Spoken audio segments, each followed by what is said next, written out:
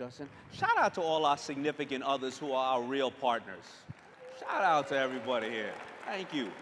The ones who had to deal with all the crap that we got to come home and talk about, because we can't tell anybody else our problems. All right, before we bring out the next guest, let's take a moment to shout out all of the HBCU students here tonight. My HBCU fam, where you at? There you go. Our future sharks. All right. Here with us from Salesforce, we have Minea Moore and Cliff Worley. Welcome to the stage. Come out. Come on. Give it up. Come on. What are you talking about?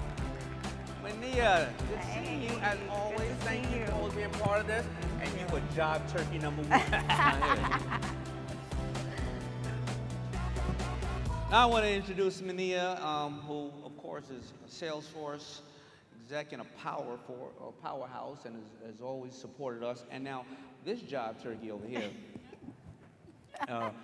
Cliff Worley. When I was an entrepreneur in residence at Babson University, I had my first class that I was going to teach. This dude zoomed in. Everybody else was there. He zoomed in from Paris or something like that. He started working for me, and then he moved back to San Francisco. And now he's like the ultimate guy when it comes to AI. You got to follow. What is it? Is it Fiscal Cliff or was it Cliff Notes? What is it on Instagram? Absolutely brilliant man, and he sees the 40 companies that are coming out a month, and he can tell you about the 10 that may work it out. And the others, he looks at it and goes, I don't know if it's going to figure it out. They're going to figure it out, but he's really brilliant. You got to follow him on social media. But let me get right into it. Cliff, I met you during your time at Babson, and then you started building a marketing campaigns for me in the Shark Group. Now you're helping to onboard people with AI. So with that, what do you see with AI moving so fast? And some people here are just intimidated by social media. They haven't even gotten to AI yet on all the forms of what it's doing right now. What do you see, what should people think about when they're looking at these companies and these tools for AI? Yeah, I think the first thing you have to realize, I've been looking at AI for the last 2 years, looking at all these tools, and the one thing that I'm seeing is that AI is about to make all of us entrepreneurs, right? Every single one of us can be an entrepreneur. So if you just have an idea, AI can take that idea and build your whole entire business. And I've seen many tools out there. It's just it hasn't hit the big public yet. I'm close in Silicon Valley, so I'm seeing all these entrepreneurs build these tools. There are 22,000 tools. Actually, it's 23,000. I checked this morning. There's 1,000 more. So AI is going to be coming at us really quick, and I think it's really going to make all of us entrepreneurs. Now, Minea, why did you want to bring us all together to talk about AI for all? Yeah, first of all, we are so blessed to be back here for 4 years in a row. That's 4 years in a row they've been supporting.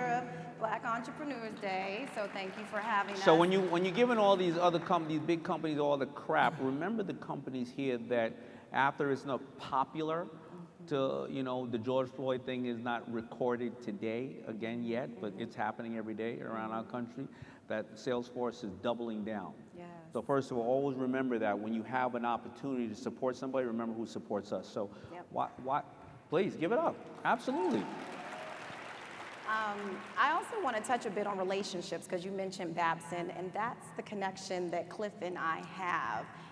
And relationships, especially in entrepreneurship, are everything. Yes. You never know who you are connected to and who can open doors for you, spark innovation, collaboration, and also help you stir your path in a particular journey that you never thought was possible.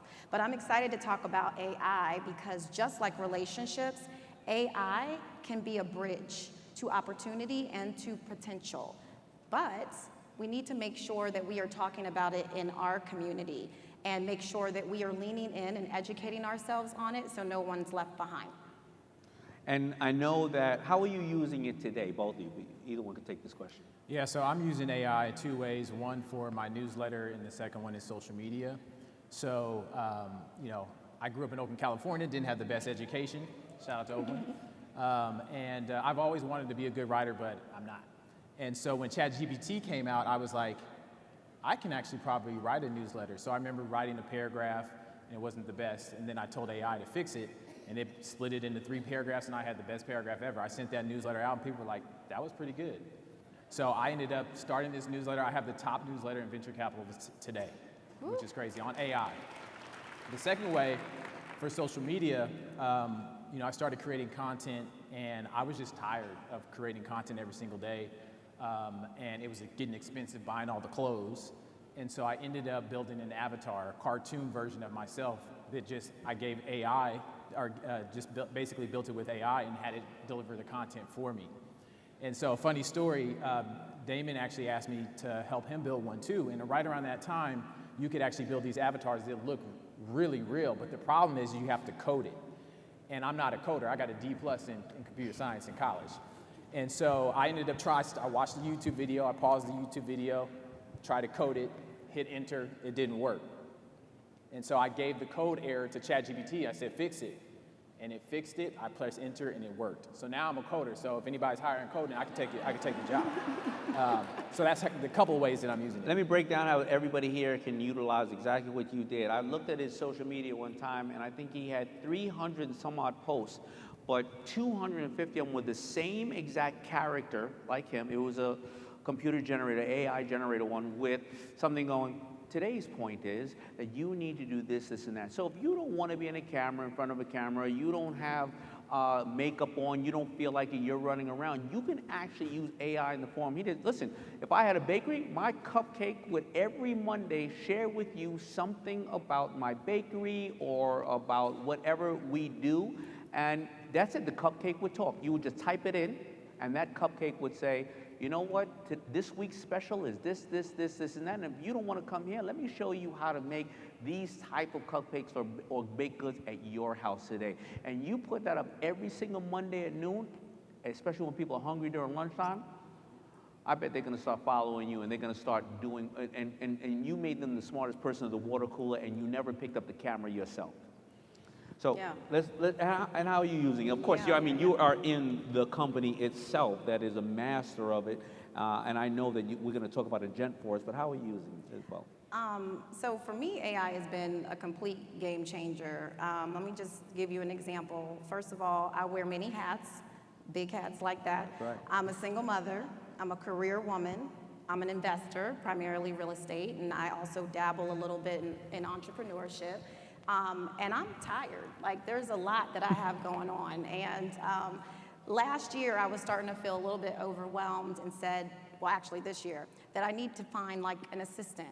But I was just too busy to even review applications or do anything. So what did I do? I went to my girl, ChatGPT, and I was like, can you help me to draft a job description? It also helped me to be able to like streamline the hiring process. And it didn't replace the human connection, so that's not what this is about. I still needed that human connection, but what it did do is it gave me the clarity and also helped me to continue on that momentum when I felt stuck and overwhelmed because I just had too many things going on. And so I started thinking about, like, if this thing was to scale, and if it could do this for me and we scaled it, imagine what it can do for others, especially in our community. And last week, I live in Phoenix, but this is my second week here in Atlanta. Shout out to ATL, I was happy to be here. But last week in our Salesforce Tower, Atlanta Tower, we hosted the first ever HBCU AI Learning Day. Any HBCU grads or students in the house? Yes. So we had Clark Atlanta, Morehouse, Spelman, all came in, and the students were sharing stories about how they used AI. I heard stories of people using it to help them narrow in the field of study, how they helped them like really apply for internships and prepare for mock interviews, and they even built an agent. They even built an agent. So, tell me about, because I'm just hearing about Agentforce, right? Tell me, what is that? Agentforce is our latest innovation, Salesforce's latest innovation. It's AI working for you. So whether you are an entrepreneur trying to grow your business or scale your business, or a business professional trying to optimize your operations, think of it like an assistant. It analyzes data, it can prioritize your task, it can even interact or engage with your customers.